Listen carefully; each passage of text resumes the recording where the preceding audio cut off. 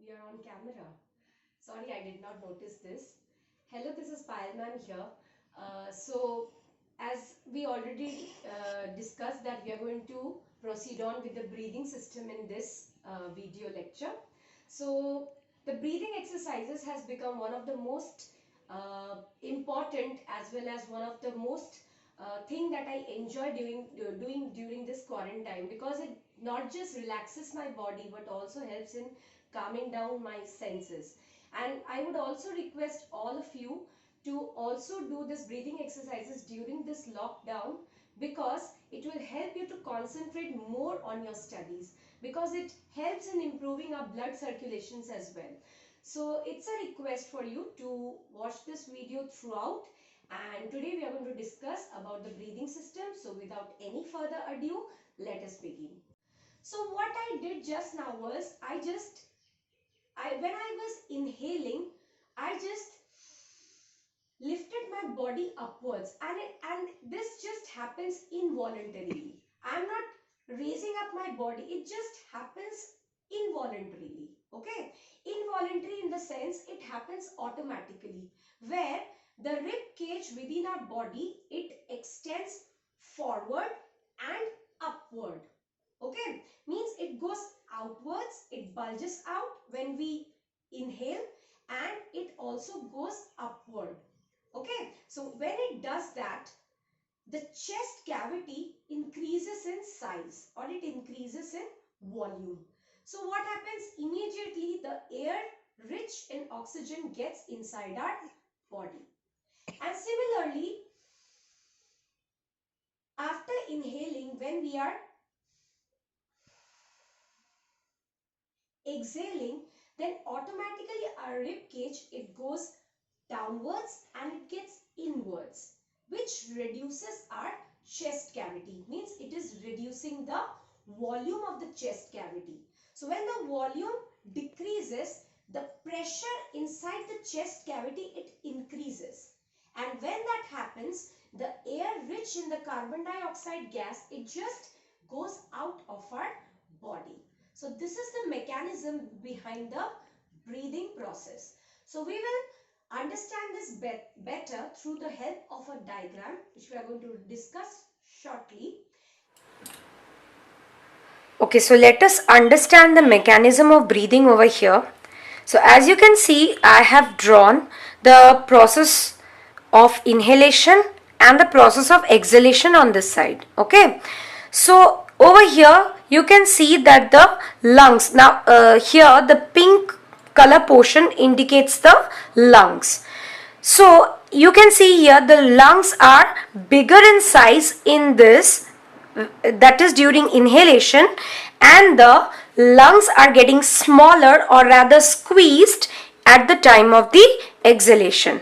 So as you can see here, what the process takes place in inhalation is, as you have already noticed in the diagram of respiratory system where we had a diaphragm. Now the diaphragm, it is usually a dome shaped structure. Okay, as you can see over here.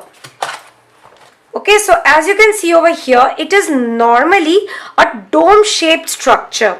Okay, and so when it is in the relaxed state, it is always in the dome shape, means it is always in the semicircular shape.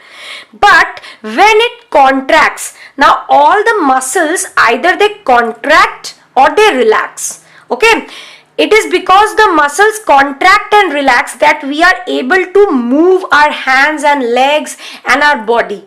Okay, otherwise our bones would not help us to move. It is due to the muscles which are attached to the bones which is helping us to move the bones along with our body.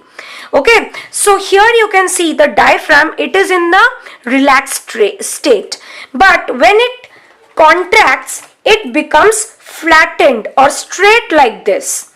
Okay, so here you can see when the diaphragm, it just flattens or it contracts. Okay, then what happens when it contracts? The space of the lungs, it increases. Okay, because here when it was in dome shape, the area over here was very less. But when it became flat, the area over here increased. So the lungs got a space to increase their size. Okay, so this is what happened over here. They increased in size. And I also told, apart from the diaphragm, the ribs also have increased in size. Okay, they have come outwards and they have come upwards, due to which the chest cavity has increased. So the diaphragm and the rib cage both are helping in increasing the area of the lungs or the volume of the lungs. So as the volume increases, air rich in oxygen immediately rushes inside the lungs. Okay, so this is what happens during inhalation. Just the reverse happens in the process of exhalation. In exhalation, the diaphragm, it comes back to its normal state, means it relaxes. When it relaxes, it... Okay, so as I was telling, just the reverse happens in the case of exhalation. In exhalation, the flattened diaphragm, it becomes again dome shaped. Okay, so as it becomes dome shaped, so the area you can see here, or the space of the chest cavity, it decreases. So when it decreases, the lungs are pushed back to its original size, means again they are getting squeezed.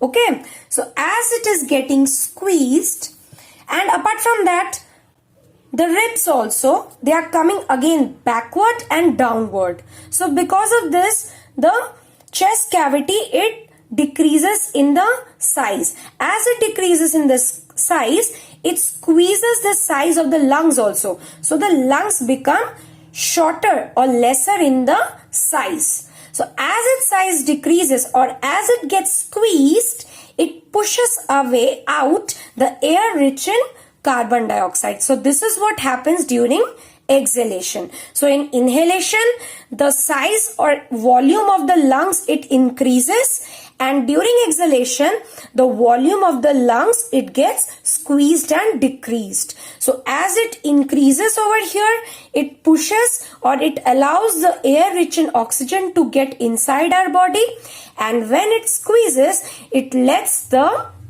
carbon dioxide rich air to move out of the body. So the two things are helping in this process of inhalation and exhalation, which are the diaphragm and the rib cage. The rib cage has also got some muscles attached to it, okay, which are helping in its increment or increase in the size and decrease in the size. So it is due to the rib cage and due to the diaphragm that process of inhalation and exhalation takes place in the human body.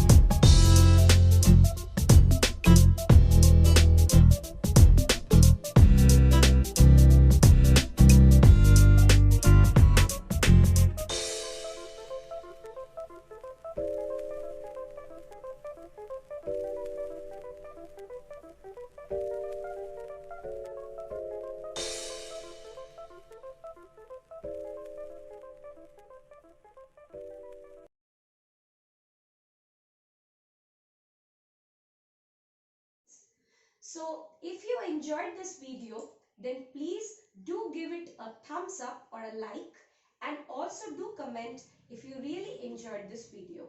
Thank you.